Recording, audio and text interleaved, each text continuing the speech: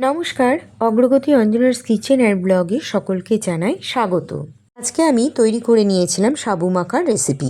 সাবু মাখা তো সবাই জানি আমরা কিভাবে তৈরি করে খেতে হয়, কিন্তু আমি যেভাবে তৈরি করি আপনাদের সামনে ঠিক সেইভাবেই দেখাবো বলে নিয়ে আসলাম।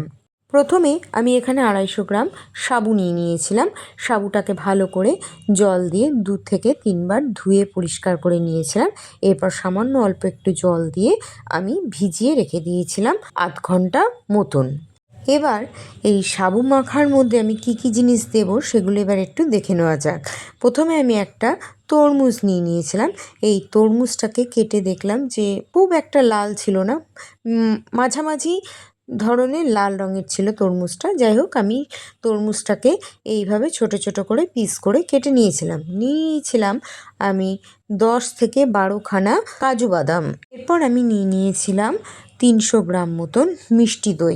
এবার সাবু মাখাটাকে তৈরি করার জন্য আমি নিয়েছিলাম দই, তার মধ্যে দেবার জন্য নিয়েছিলাম 3টে পাকা কলা। এবার দইয়ের মধ্যে কাজু বাদামগুলো দিয়ে দিয়েছিলাম কলাগুলোকে ছাড়িয়ে।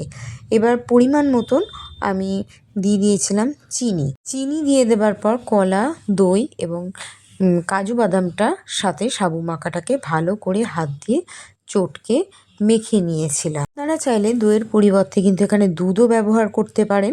আমি দইটা দিয়েই খাই। এছাড়া আমি একটা জিনিস এর মধ্যে দিই না, সেটা হচ্ছে নারকোল কোড়া। আপনারা নারকোল কোড়াটাও দিতে পারেন এর ভেতরে। ভালো করে চটকে নেবার পর আমার সাবু মাখাটা তৈরি হয়ে গিয়েছিল। এরপর আমি এর মধ্যে দিয়েছিলাম কুচিয়ে রাখা তরমুজগুলোকে।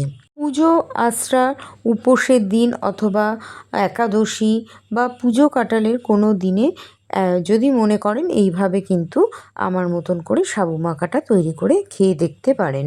নারকোলটা আমি ব্যবহার করি না, কারণ নারকোলটা দিলে অনেক সময় গ্যাস অম্বলে হওয়ার একটা সম্ভাবনা থাকে, সেই কারণে আমি নারকোলটাকে স্কিপ করে দিই।